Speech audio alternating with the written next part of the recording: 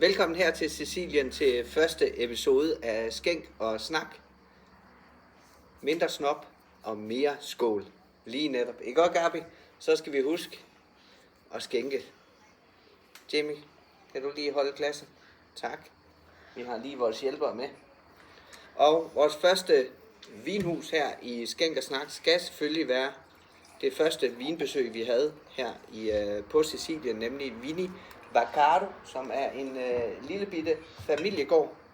Eller lille bitte, de laver små 1 million flasker om året, men altså en familiegård, der startede i 1970, da Giancarlo Vigardo og hans kone Catarina, ligesom, faktisk er det en lidt trist historie, der startede i slutningen af 60'erne, da der var et kæmpe jordskælv her på Sicilien, der ligesom gjorde, at de mistede alt. Skal du have roséen, skat?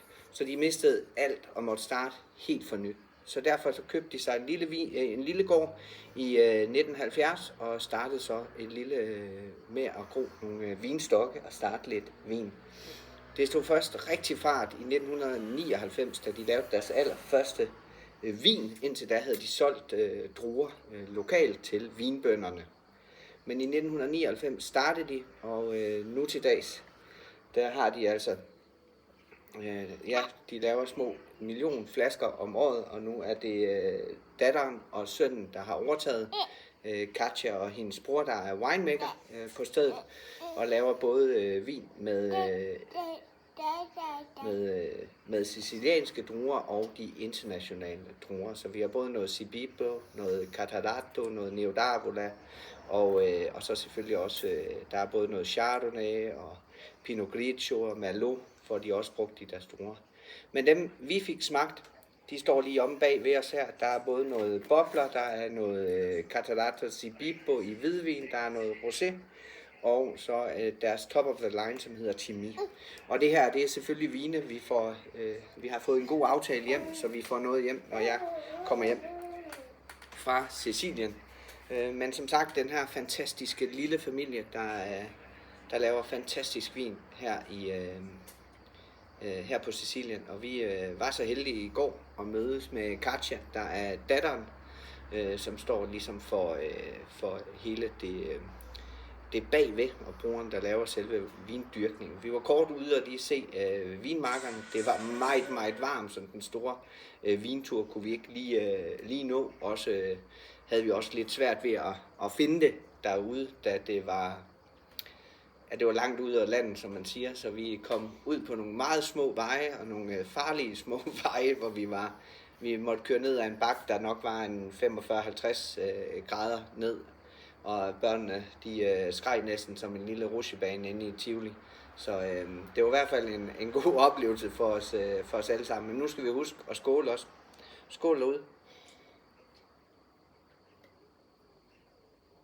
Og som sagt, et fantastisk lille familiehus.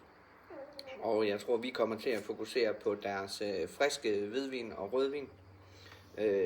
Nu se, om vi kan få roséen hjem også. Og så især deres top of line, den her Chimay line, er altså fantastisk. Og uden at koste det hvide ud af øjnene, det bliver helt, helt fantastisk. Men lad os lige sige skål igen. Roséen her er lavet på Neodavola, som er, kan man næsten sige, hoveddruen lige her i området. Det er en fantastisk lille mørk drue, som skaber utrolig frugt og fylde. Og deres rosé er også lavet ved nænsom presning af drueskallerne. Det er sådan et lille system, hvor man bruger man har faktisk kæmpe rør, hvor man har en ballon inde i, som pustes op stille og roligt, så man blødt presser druerne, så man kun får de mest jomfruelige safter ud af vinen, og derved laver vinene dertil. Det er, når vi laver hvidvin og rosé. Når vi laver rødvin, så bruger vi en anden proces, som foregår ved tyngdekraftspresning. Det vil sige, det er vægten af druerne, der ligesom presser saften ud, og vi genbruger selvfølgelig, eller vi bruger skallerne, der macererer i 14 til 15 dage for at ligesom at trække energi og saft og kraft ud fra druerne. Men så glæder jeg til det der lille fantastiske hus kommer hjem forhåbentlig i slutningen af juli, så vi kan nå at nyde de her fantastiske sommervin. Jeg håber, at det var lidt lærerigt at høre lidt om Katja og familien Mercado. Der siger jo et lille vinhus, men som sagt 1 million flasker om året. Det er cirka det, jeg drikker på måske 2 år, ikke? Så det bliver en god dag. Skal vi sige farvel, Gabi? Skal vi sige tak? Så vil vi sige tak, og Jamie vil også sige tak med 6-7, kan jeg se. For første afsnit af Skænk og Snak. Mindre snop, mere skål. Så vi skåler selvfølgelig en sidste gang, ikke? Skål! Skål. Ja, skål.